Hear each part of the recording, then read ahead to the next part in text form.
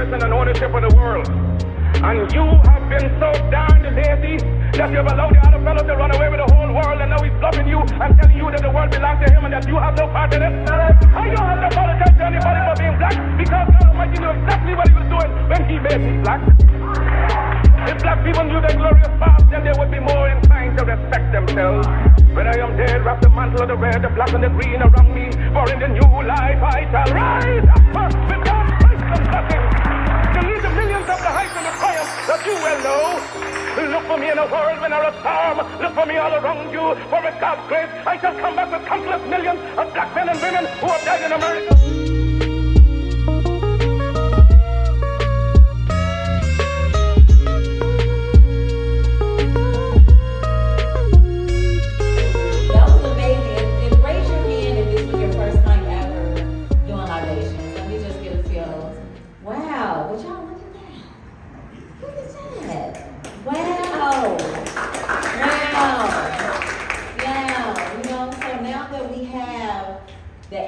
In the room, right? We done brought everyone forth. We remember where we came from, who paved the way, right? Who may not have made it to this point. We can go ahead and get started with our panel discussions. Panelists, y'all ready? Okay, let's get into it. Hello everyone, my name is Destiny Young. I also go by D-Rock. I am a professional dancer, curator, educator, choreographer, multi-hyphenated. In the arts, I am here representing Red Clay Dance Company. It's an Afro-contemporary company on the south side of Chicago on Woodlawn. A lot of my work is rooted definitely in, not just arts and culture, but also mental health. So yeah, I'm excited to be here, and I'm always excited to pour into our young people. Hi, hello, my name is Janelle. I'm here to represent the UNIA, and all I do is go to regular school. I go to school at Kimball Academy. Oh, you went to Kimball. All right, fellas. All right, my name is James Fields, born and raised on Chicago's west side, so it feels good to be on my south side today with my fellow brothers and sisters. And I'm representing myself and my community, which is North Lawndale. Yeah, I'm tossing over here to my brother. Good afternoon, everybody. Thanks for having me. My name is Professor Beaver Moss Skates. I'm trained as an academic grassroots organizer. I do a lot of violence prevention work, gang intervention work. After self-published my master's thesis and took a book called Titled Blood on the Academic Auction Block. So it's a case study of Brown versus Board of Education School Prison Pipeline. Then I just shared my journey. I could write a full paragraph until I was in 5th grade, special ed 7th to 12th grade. I'm here representing all, primarily African American men or African men population, just being an advocate. Absolutely, thank you for that. Clap it up for the panelists, guys, as we go ahead and get started with these questions. Absolutely, so the way that we'll go about this is, I'm gonna ask a question, and I'm really just gonna let you guys get a feel for it. If it's something like, I could totally speak on this, just raise your hand and we'll pass the mic around, right, as we get a feel for each other. Just keep that for now, for each other's different experiences, okay? So the first question is, what does race first mean to you? And how do you express it in your daily life? So whoever wants to pop in there, go ahead and pop in there. Let me know. Raise your hand real quick. Okay, Jamel. Race first means to me putting your race before any other race. And how do I express it in my daily life? I am the youngest child in a single father back home. So in my daily life, I try to represent my father any type of way, the way I dress, the way I talk, any way, so.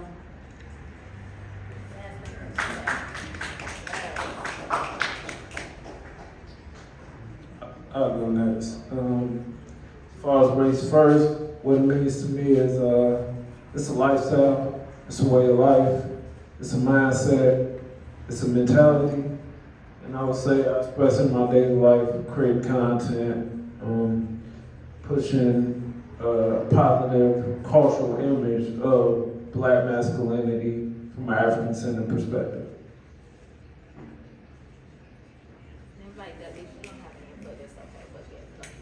I'll be brief. Race first for me is really just prioritizing me and my culture, my overall well-being, whether it's mental, emotional, spiritual, my children, the youth that are in my life, my community, just making sure we're informed and aware of who we are and how we show up in the world. So that's what race first is for me.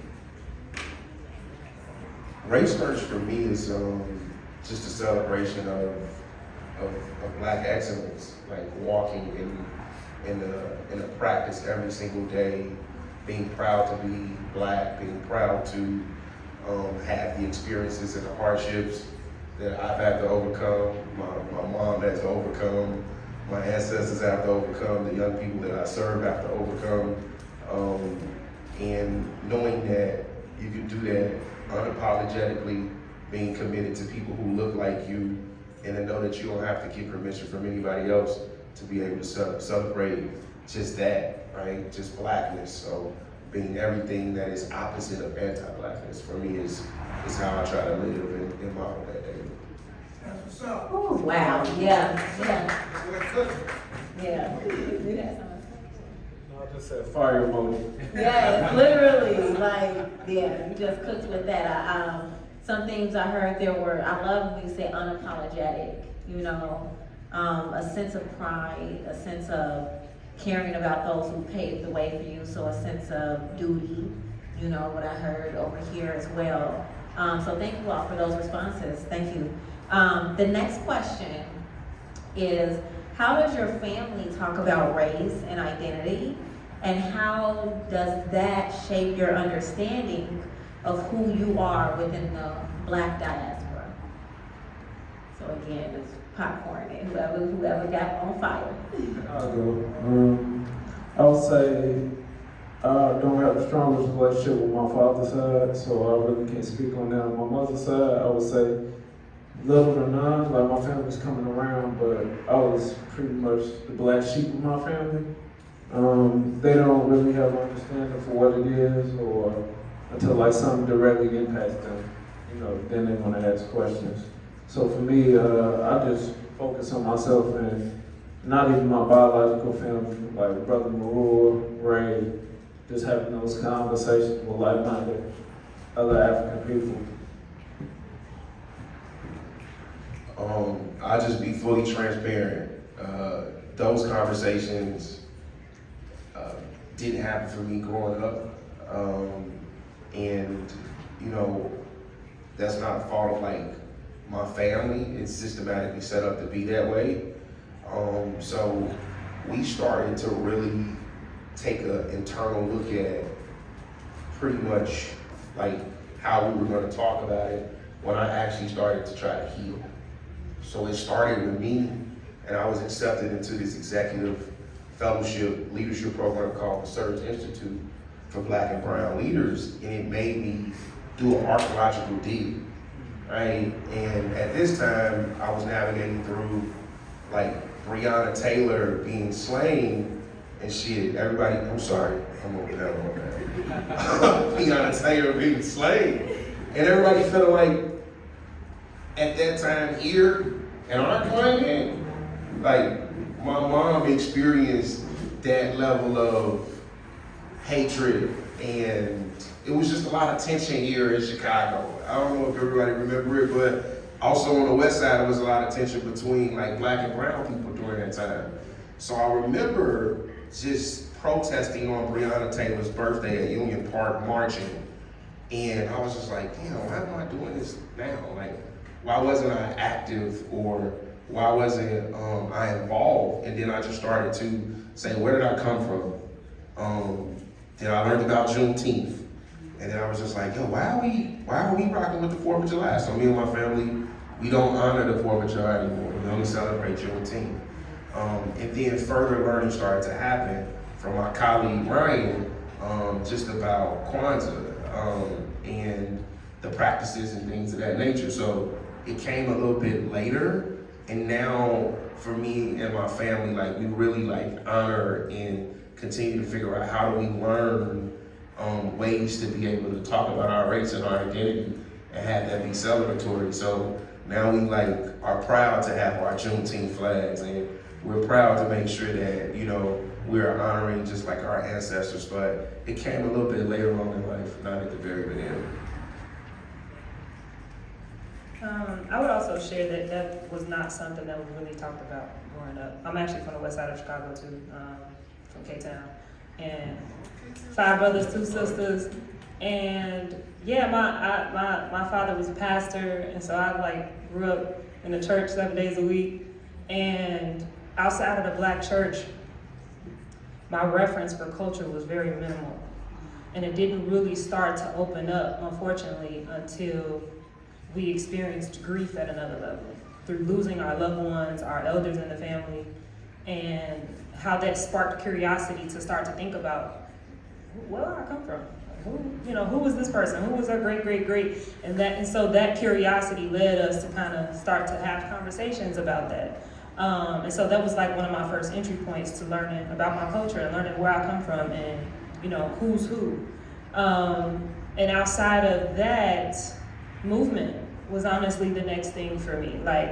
Getting into dance, which I never thought I was gonna get into dance. I was I'm gonna be in the WNBA. I was playing basketball, crazy turnaround. But dance was a way for me to kind of channel the culture and the people that I never knew and interacted with. It was a way for me to feel connected to them. Because one thing about me, when I learn something new or when I want to get into something, I try to figure out what is my true authentic connection to it. Yes, blackness, yes, culture, but what is it for me? How does that shape who I am? And in order to understand how it was shaping me was for me to find out what's calling out to me, and movement really did that. Movement and music, the drums, all of that became a way for me to start to be all right, I feel it, I get it now.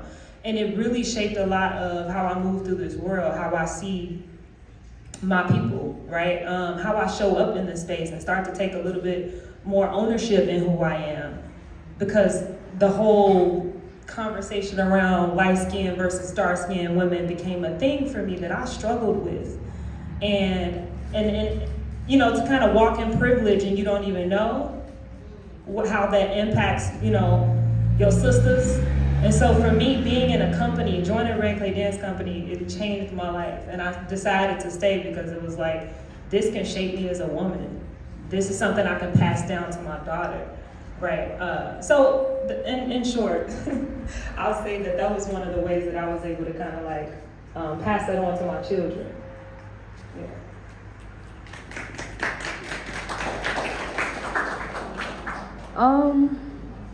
All grown up, I always heard a lot about the UNIA because my father was in it, so I had no choice to be with him while in it. So I just always grew up with it. I always grew up with the red, black, and green flag, or him talking about our ancestors. So it just always stood with me. And if I'm being honest, I'm still finding myself, so I don't know how it shapes or how I can understand it. Probably when I get older, I can probably understand it more, but yeah. That's what we're here for today. And I would say for me, as far as education, as far as Pan-Africanism or race first, I took an honors class in high school with the Kimball Academy. Well, it was a teacher by the name of Mr. Raven. He had an afro, would have a picture with dashikis. Was required to read the autobiography of Malcolm X. Then that just opened up my whole world. I had my father, so I modeled everything in my life after that. Then got introduced to the Panthers. So they give me the political philosophy, the ideology.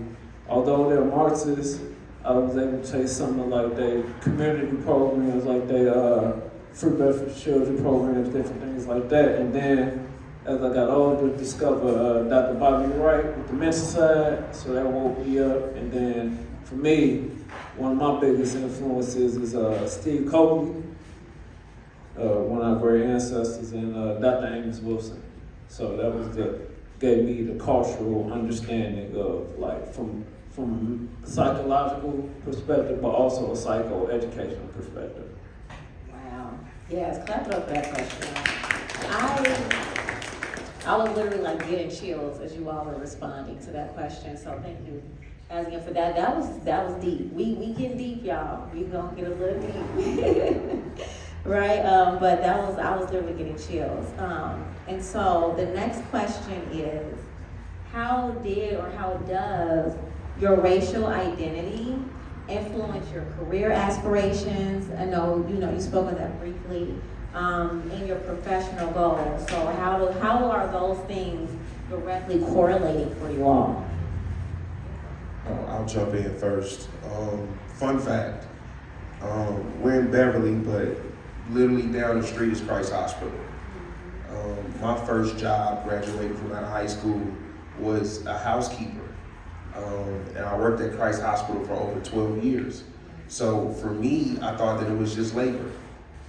I was conditioned to believing that because I struggled in school, because I was in survival mode, because we needed to be able to just figure out a way to just make it, right? Like physical labor, like I'm gonna go try to get a construction job. I'm gonna try to go work at the hospital. And I felt like I was conditioned in school to believe that that was gonna be my trajectory. I feel like there were seeds that were planted really early. And when I think about just my ancestors, like my father migrated here in the 1930s from Brookhaven, Mississippi, and he became a cab driver. My grandfather migrated here from Jackson, Mississippi in the early 1920s, and he was a steel mill worker right off Pulaski and 16th Street. So I also saw like with the men in my family who did hold a job, like as a black man, I'm finna go put my hard hat on. And it wasn't pretty much later on into my life that I realized that I could be more than that. So it was about me understanding that like my grandmother was able to manifest me even sitting in this seat right now. Because when I was working at Christ Hospital, working 12 hours a day, she would just say, it's not gonna end there for you. And I would just be like, okay, all right. But I'm working these 12-hour shifts. And then I was blessed and fortunate enough to start working within my community and just volunteering, talking to young people, trying to coach young people through bitty basketball. And then I started to see I got this sense of universal obligation for my community and my people. And I want to be able to serve. And I can serve in a different capacity, in a different way within my community.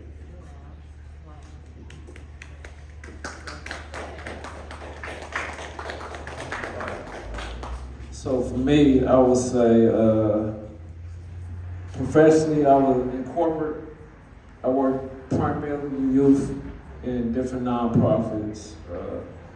To name a few, City Year. I worked for, when I lived in DC, I worked for, I think it was Public Allies briefly. It's a wide variety of different organizations, but I would suffer due to me not being able, if I see something wrong, I'm gonna say something. So people they tell me all the time, we can see you raise first because it come off your shoulder. You can see this thing. So I had that rage when I was younger, and then I was able to hone in and lock in on it, but it got to the point where I was the youth that I was working with was in the streets, so I would take it to the streets, go to street corners, take extra time out of my day, even if it was a situation of violence would be if I put myself in harm's way, going to different blocks. Even if I had some youth that was having an issue, I would go to the people on the corner and tell them, buzz off. And it got to a point where I had to get muscle with me. So I would tap in with the street guys, but I used to teach on 79th Cottage, right by Happy's Liquor Store. Used to teach political education on the street corner. Done work in different communities across the nation. So for me, in my professional life, in my personal brand, mainly, I am who I am. So for me, that played a big proponent for the work that I did, from Garvey to Malcolm X to the NOI to the 5 Percenters. I use all the different schools of thought to impact, but also meeting the youth where they are, speaking their language, codifying for them. I can go between I have a master's degree, so I can know how to speak professional, big vocabulary words, extensive academic language, but I also know how to code switch and codify the language, speak slang too, and talk the talk that they know how to talk.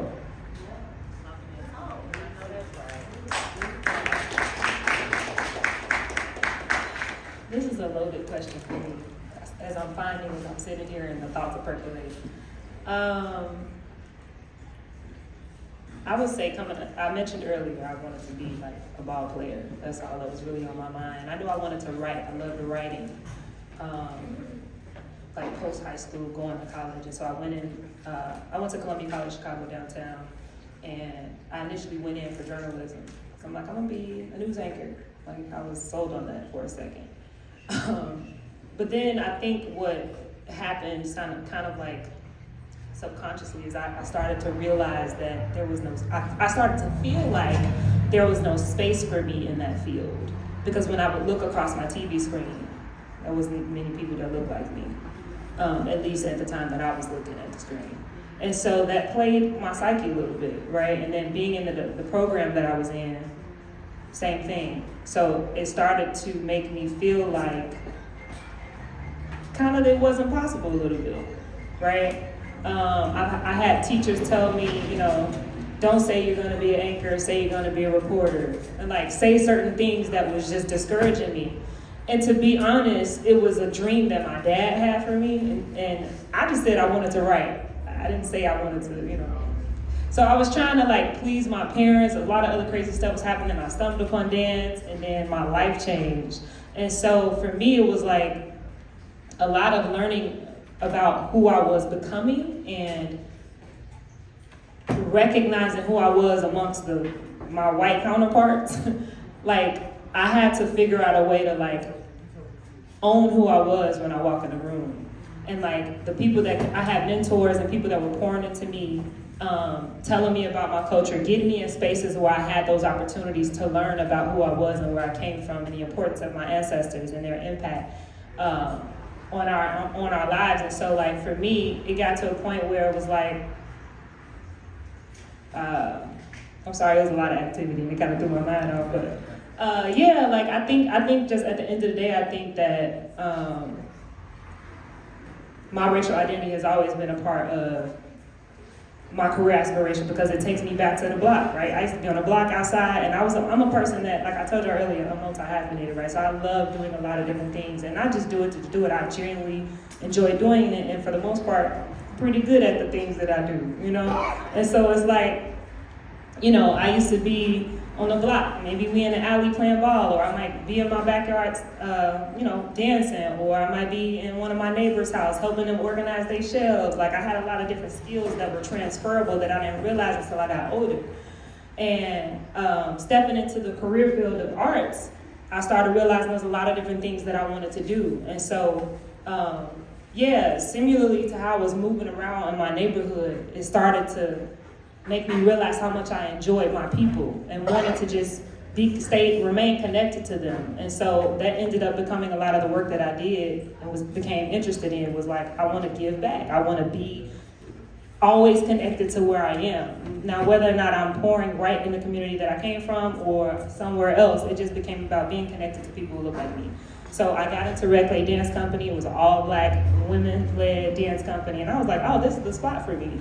Because I felt empowered and I felt like I was in a place where I had support to continue to becoming the woman that I am now and still becoming. So, just being around like-minded people, being around people who look like you, having that level of representation and excellence and creativity and art and all things really shaped a lot of how I kind of got to where I am today. So.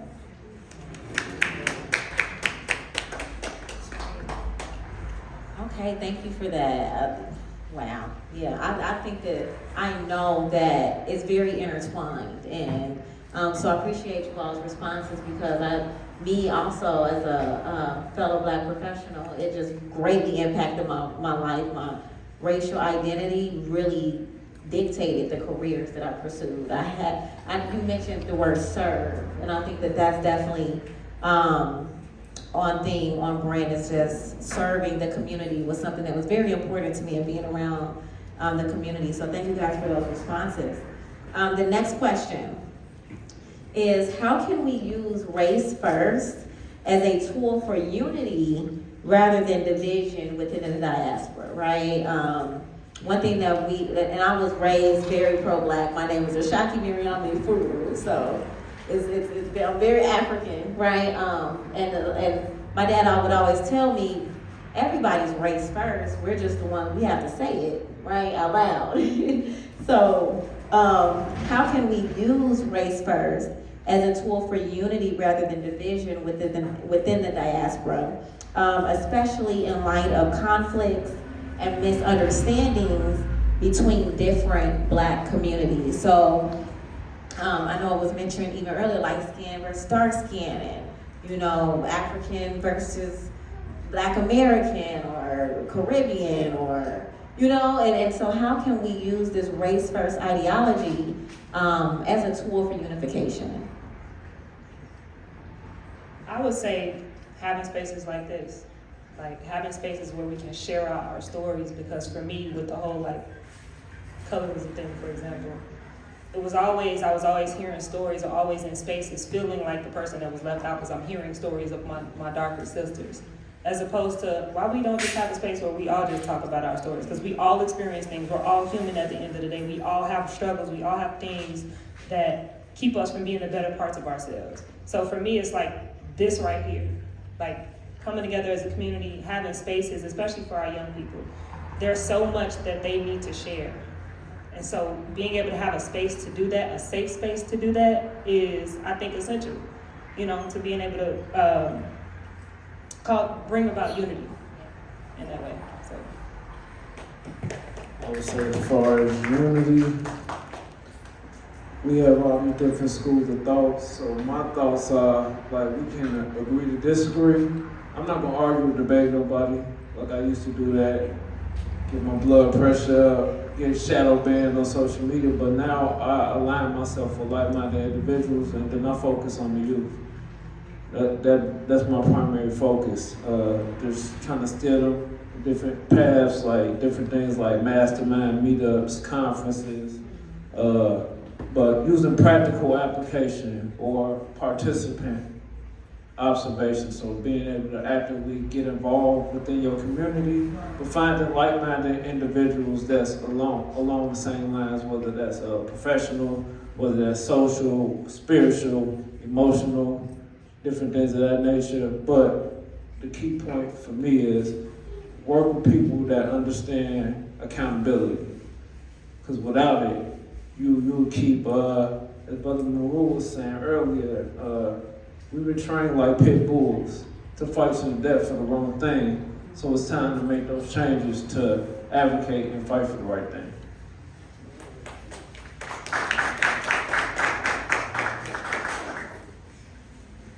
I'm a youth voice advocate, so I'm sitting up here trying not to be a facilitator, because I really want to hear about what you feel like your aspirations is for your career. So I want you to go first. Okay. I agree with what Destiny said. I feel like spaces like this for people my age or older, but really help bring us together and express ourselves more, because in school, it's how do I explain it? It's just a bunch, and everybody just keep what they got to themselves. I have a dark-skinned friend, and growing up with her, we've been with each other since 4th grade. We're in our junior year, so just growing up with her, it's always, oh, Blackie or African booty scratcher, because she is African. I feel like them is just so corny to me personally, and she always get conflicted because of her skin color, because it's darker than everybody else, really. So I really do agree that spaces like this will help people my age will come together.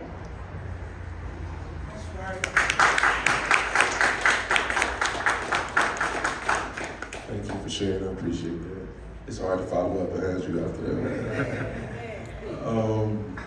But just to think about, the tool for unity, I feel like is it has to be a non-competitive space. Like, we're all here because we are in line with some of the values, or majority of the values, right, of being race first, right? And knowing that we're all authentically just being ourselves. So I just feel like having space where people can authentically be themselves, but it's also grounded in love, because just knowing that it's this on a Saturday in September and we all came together and there's so many people here, and this is the first time I've ever been in this space, you feel our ancestors surrounded. I feel my ancestors surrounding me. So I feel like the tool is being able to just love each other for who we are at face value, with no motives, right? But just truly want to see that individual who looks like you win. Like, that is my own life mission. It's just that everybody who looks like me, see me cheering for them, seeing me rooting for them, seeing me picking you up if you fall down, and vice versa for me. But just doing it authentically and doing it with love. The therapist in me want to ask you a follow-up question, right? So what does a non-competitive space look like? Like, how would you define that? For me, that's us all grounding, knowing that our stories have value, knowing that we're all are enough. It's just simple as that. Despite your hardships, despite your circumstances, you are enough. And I think a lot of times I didn't hear that, so I love to make sure that I leave that as a seed, to know that you don't have to compete when we both know that we are enough.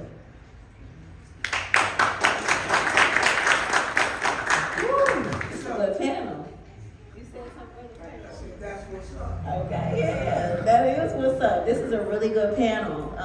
Thank you guys for your responses. As we get into our final question, I did earlier, I wanted everybody to just state their age, just so that, you know, we could just know kind of where everyone is.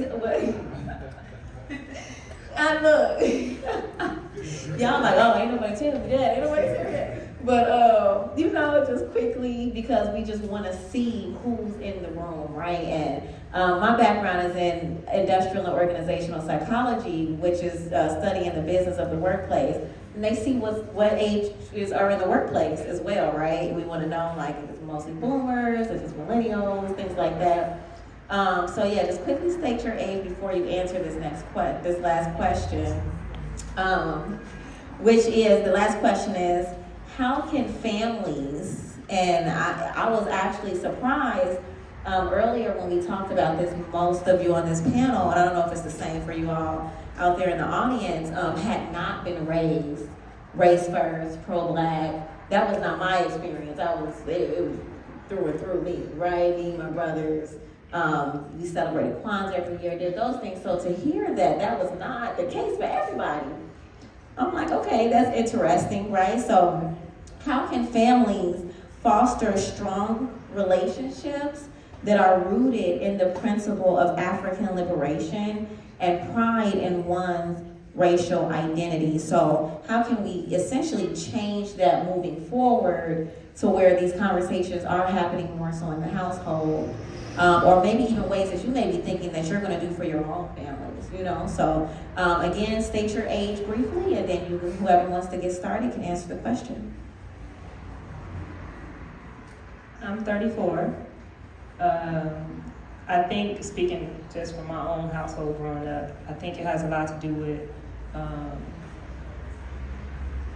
cutting ties with this sense of internalized oppression, because that caused a lot of the decision making in our household.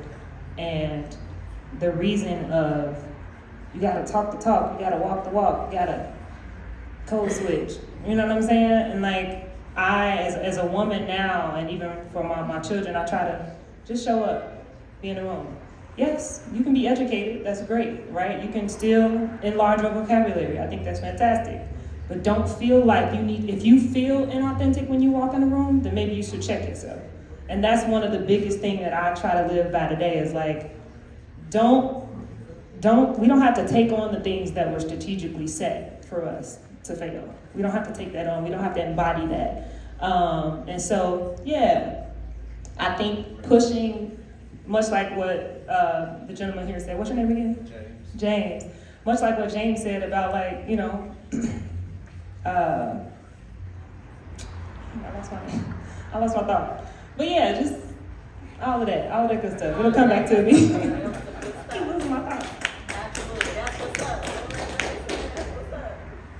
I'm gonna follow up. I have my K-Town sister because I'm from K-Town too.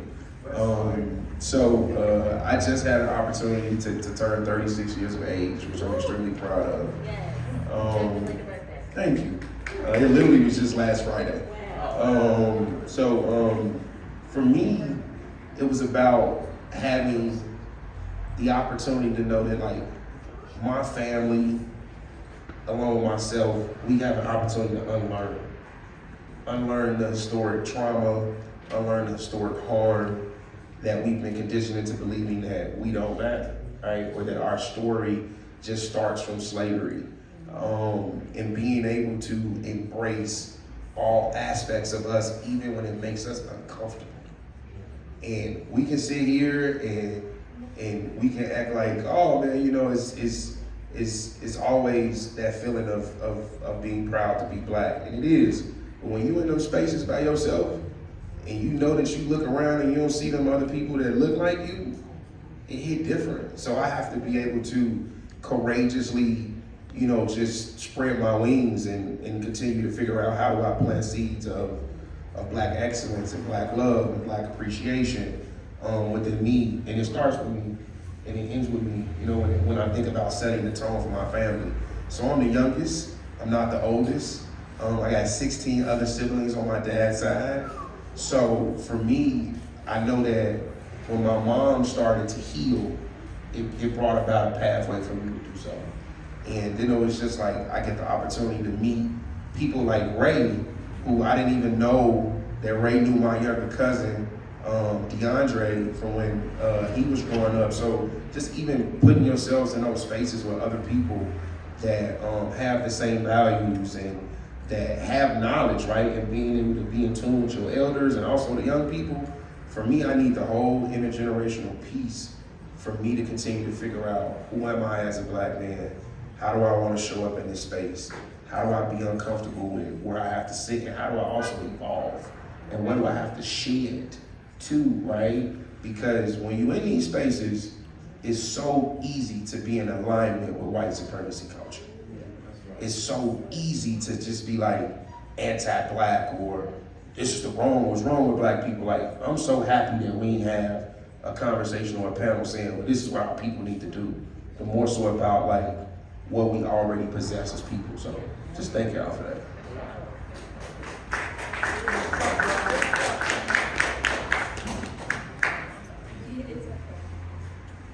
I'm 16. I already said it, when I was younger, my dad used to make me sit down and watch slave videos and be like, we was enslaved. Like, I used to read about Black history, superpowers, and he made me used to write down every definition and every word on that book, and if I didn't do it, I had to redo it. So it's just something I always grew with. And on my mom's side, I think I'm the only child that knows about the Black history for real. Well, they know of it because of what the school taught, but they don't know of it because they just don't know of it. I don't know. Yeah, they don't know what the school didn't teach. All they know is we was enslaved. They don't know about the good or the really bad things for real. So when I sit and talk to my siblings about it, I just do what my dad made me do. I make them watch videos about what happened and make them read books about Ray Spurs and Marcus Garvey and what we should do and how we should better our community and better ourselves as people or Black people. Say one quick thing, just to piggyback off that. I think one way to build those strong relationships in the family space is that it comes from us and not from them first. I think I just want to put that, because I realized when you were talking about like your dad, and I was like, I know how I am with my boys. I'm like, you need to know you need to know these things. It needs to come from us versus out there, because there's, falsities in that, but yeah. That's a good, I'm 35, and I was about to hit on that point. It first comes within self, so every day when you get up and look in that mirror, how do you identify?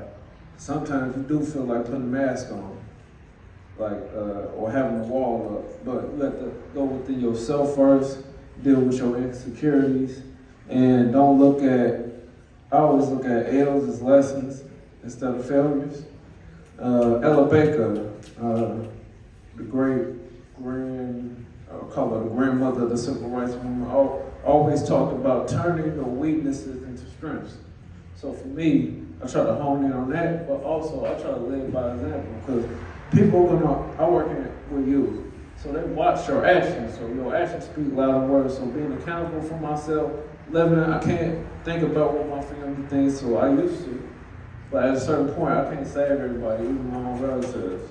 Because you'll be on a journey in a boat, and there'll be people trying to poke, they'll drown you just to throw you off course and crash out. Or you get in the car trying to save them, they jump out the driver's side to leave you crash and burn. So for me, focus on self, and I always say like-minded individuals. So that may not be my biological family. As far as what I do with youth, I'm looked to as an OG father figure mentor. So for me, I have to set the example for them so they can have a pathway or a path to surpass what I've done.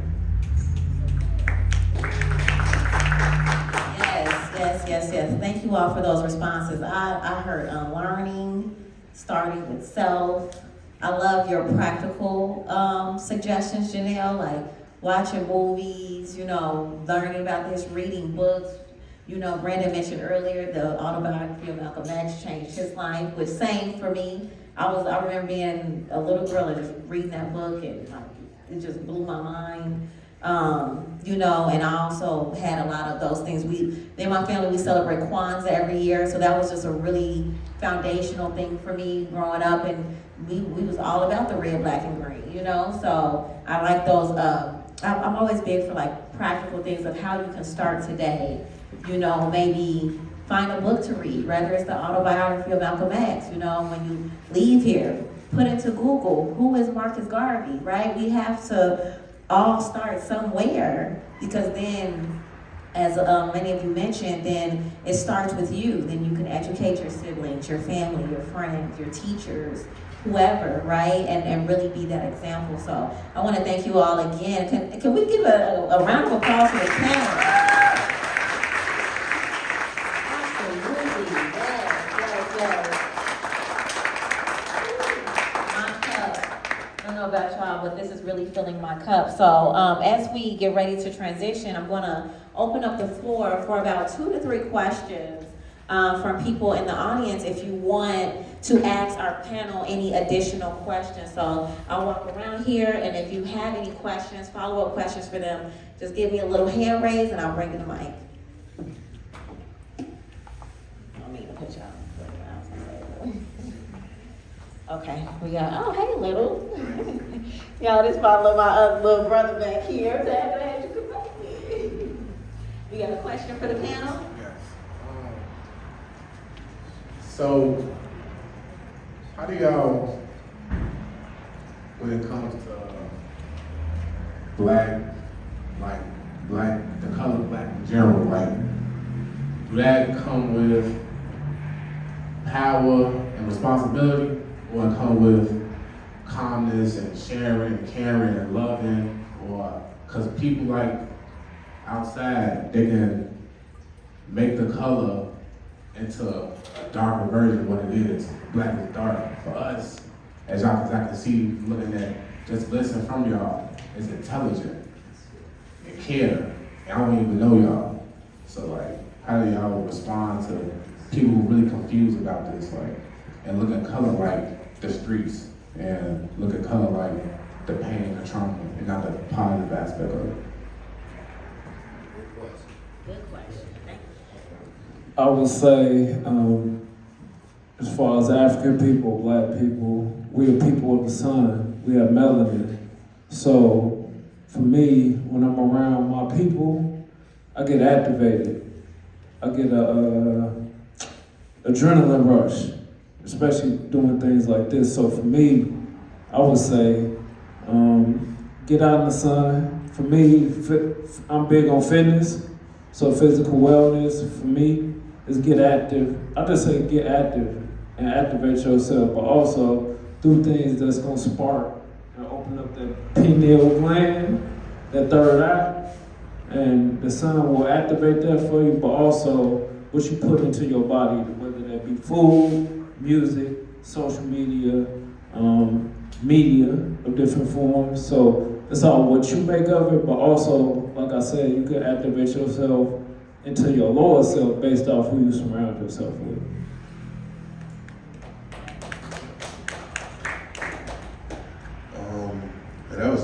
That was a great question, bro. And I'm gonna answer it authentically as I can. For me, I sat on this panel and I wanted to be on this panel just as James Fields, West Side, born and raised, no titles, no job, because that stuff comes with all of the things that you just said, right?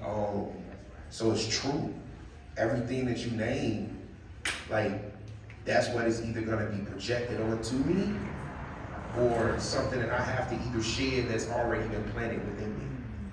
So conscientiously, I'm getting up every single morning and I'm thanking the Creator that I get to be able to even walk in this purpose, in this life, in this power. And it comes with so much responsibility because you gotta show up for yourself. You gotta show up for the people that you serving. Like, my young people gotta be able to know that, no, like what he just said on this panel was how he really show up in our lives. That stuff is hard because there's so many days where I'm tired. There's so many days where I don't know how to solve the problem. There's so many days where, because I am a black man in leadership, I'm expected to always be perfect. Always. And that's just not who I am. So for me, what I've learned, just based off my experiences, is I'm gonna embrace the highs, the lows, and I ain't gotta be great, I ain't gotta be bad, I just need to be solid, right? So that is just the mindset that I've conditioned myself to have, because when you said that, I was just like, whoa, bro, trying to get us to go deeper. The panel was only supposed to be an hour, so thank you for that question.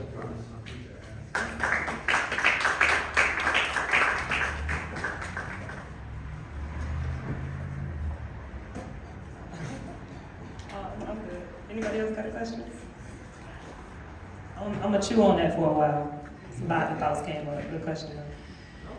Okay, cool. Thank you, panelists. Thank you for your, and we have another question over here. What's your name? Ryan Jones. I'll stand up. I had kind of two questions, but I think I'm gonna go with this one. Okay, so we mentioned a lot about, well, I don't know if you guys mentioned, but we live in one of the most segregated cities, in America, in the world, pretty much. And a lot of that, stems from, like, pretty much down the street. If you go to Mount Greenwood, you see different flags. Even on my way down here, I saw one of them Blue Lives Matter flags, and that doesn't sit right with me sometimes, especially us being down here, some of the trauma that we've experienced. So for me, it's like, okay, how do you guys pretty much, well, and then also I'm thinking about, I got a lot of thoughts swirling around, I got me cooking over here. So what I'm thinking about is, like I said, as far as we're so segregated, especially now, given some of the migrant situation, we already had some tension there with, black, whites, and all those sorts of things, but now we have another, population that's here as well. So it's like, I've been hearing a lot of like toxic things come from other people, specifically black people, when, again, we all here kind of, struggling as well, and that sort of way. So it's like, how can we hold people that look like us accountable to make sure that we all are kind of like advocating for, oneness and unity, even though we are operating under a race-first ideology, if that makes sense. So it's like, how can we have those conversations with others who may not, believe the same things that we do, but still advocate for ourselves and our people, because we still need those resources as well. Sorry, my bad, Jay. Yeah, so give them some practical tools, family. How do y'all navigate that? Really having those conversations, breaking those kind of walls or barriers of people who may not, I got you, brother, I got you. You know, people who may not truly, like you said, be as pro-black race first as some of us, you know, are in this room. How do you really navigate that in you all's lives? Man, you asked a layered question. So I'm gonna try to, I guess I come from it from, I'm a clinician, so I come from it from, I'm just gonna bring some tools in from mental health. For me, everything goes back to your mentality. So if you were raised a certain way, you're gonna think a certain way.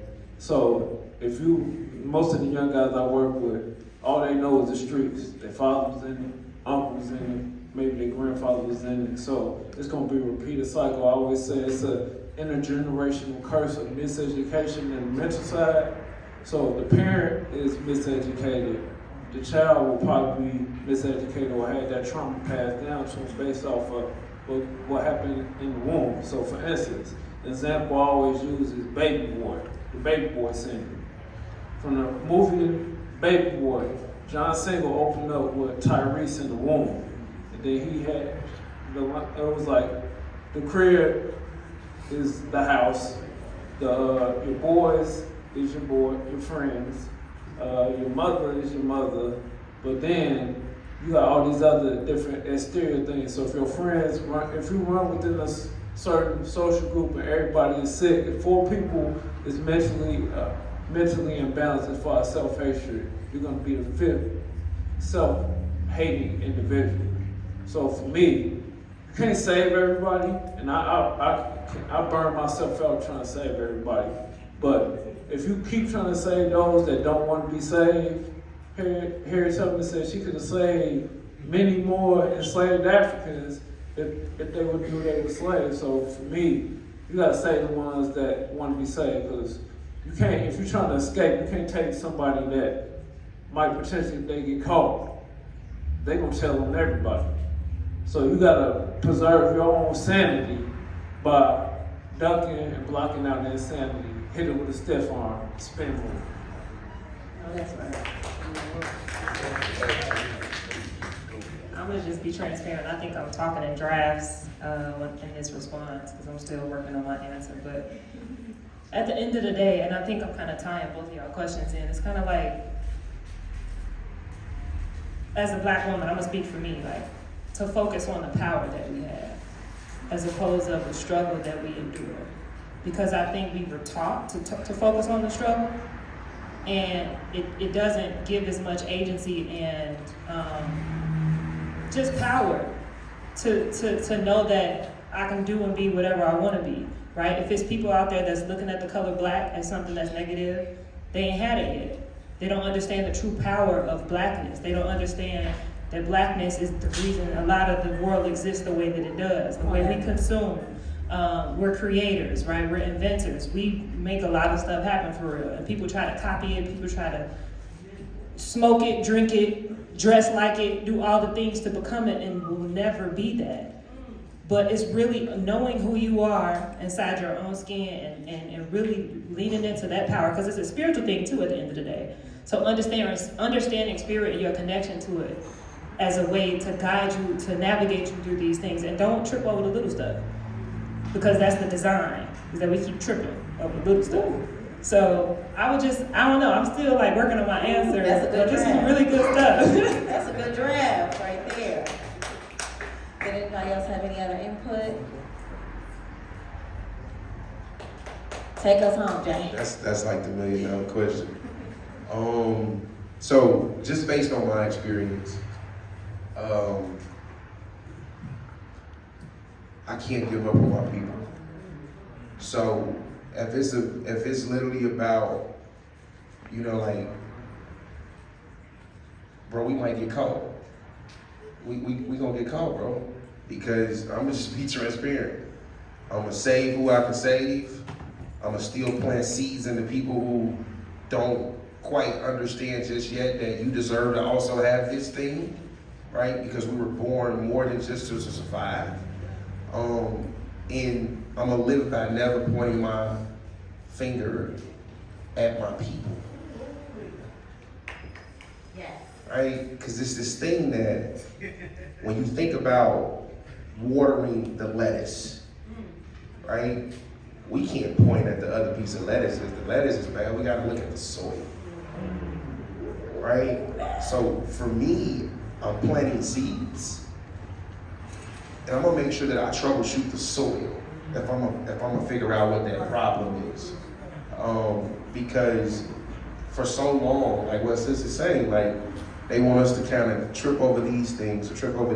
Like, no, if we all embrace each other, if we all love each other, and if we all know that the soil is the problem, it's not us, we unify already for what we need to be able to do to really move the needle. Thank you. Woo! Okay, y'all. Let's keep going. Yes, keep going. Okay, we're gonna have our last question from the audience, and then we'll So this is the last question. From my other brother, Omari. I got my family up in here, y'all. Hey, I'm my other brother, y'all. I'm Omari. So you said something that stood out to me, and this question might ruffle a feather or two, but I think it's important. When you say not pointing the finger at each other, I recognize, I think, it's no secret that that the soil is messed up and is messed up, and that's why we have, generational issues and stuff. But my question is there ever a time to be brutally honest and requiring accountability from each other? You feel me? Like when it comes down to the behaviors and the actions of each other, within our race, within our families, within our culture, when it comes down to certain things, when is it appropriate to hold each other brutally accountable or maybe harshly accountable? Because I think we have this, I appreciate the unity, the kind of, I don't want to sound dismissive when I say like this kumbaya, like, we'll all get, we like, if we love each other, but sometimes there's some things I see, it's like, it's hard for me to be like, I cannot condone that type of behavior, whether you're my brother or not. So what's your response there? So I'll be full transparent. My response is, we show everybody else empathy. So we deserve the same thing. We show everybody else grace. So we deserve the same thing. And we deserve that unapologetically and consistently. So I don't see it as like having a harsh or crucial conversation, right? Because those things already happen amongst our community. What happens is that we're so frustrated and we're so passionate about wanting to bring about change that we get boggled down in it because it's historically so much, right? So I look at it as a way to say, no matter what you see happen in this world, we as Black people are the first people to show compassion or empathy even when people don't deserve it. Mm-hmm. So for me to balance the playing field, I gotta give that to my brothers and sisters regardless if I disagree with how they move. Because the point of planting those seeds is, I'm not gonna leave you behind. And I'm gonna forever give you that choice to alter or change that course because everyone else gets that chance but us. All right, so for me, I gotta stand on my kumbaya shit because that's what I am.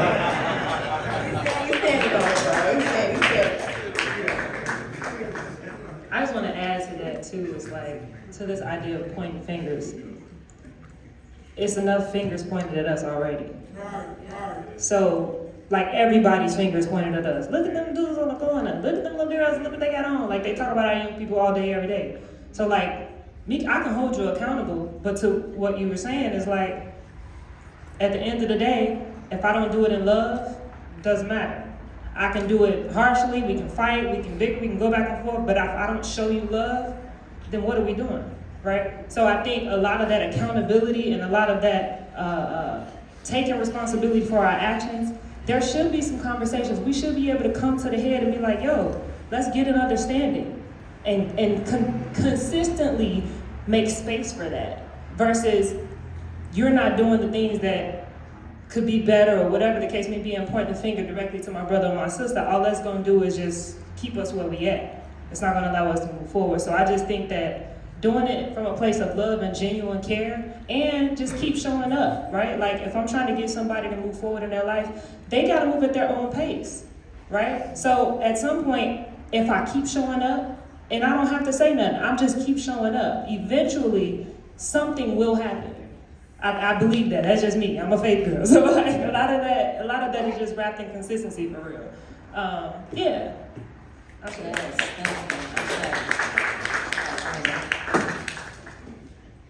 I can only speak for me, and I'm glad you asked the question about accountability. Me, I've been held accountable most of my life.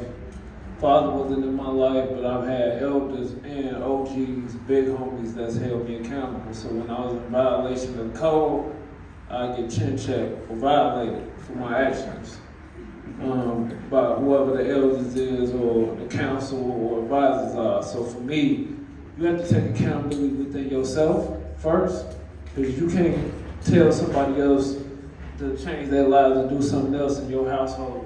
At home, home is messed up. So for me, the big thing for me is accountability. Like focus on yourself, like focus on your basic necessity and needs, but you can't help somebody else or help a collective until you help somebody else.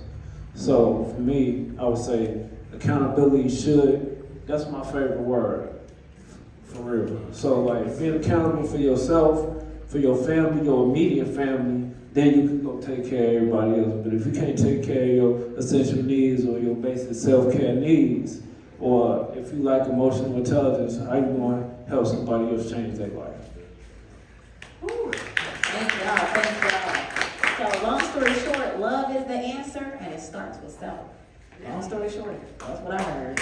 Alrighty, as we wrap up here, we're gonna do two more things, then we do a little intermission kind of sort of thing. Janelle, I just want to ask you, since you are the youngest person on the panel up here, and this is a youth expo, I just want to ask, what would you like to see more of from your elders, from the adults in your life? You know, what do you think are some things and things that you would like to see more of in terms of race first, Black pride, Black unity, and how can we be of service to the youth in better ways? Don't judge. Okay, Just right be there, here. y'all. Don't judge, just be here, I guess. I don't know, that's it really. Yeah, the judgment. Okay. Just don't judge, just be here so we can ask questions for anything. Yes, lead with curiosity. That's what I heard. Lead with curiosity. If you see something, instead of, and I think my father, Brother Rural Farrell, talked on this. What he said, so often we like, oh, they not doing this, doing that, but we never think about, well, who taught them? Who told them anything? So thank you for that. Leading with curiosity is so important. And I know that oftentimes we can get so caught up and bogged down in our day-to-day lives or being who we are, so we think that everybody should move how we move, think how we think, feel how we feel, instead of being curious about what's going on with that person. Why do they think this way? What were their variables? So I really appreciate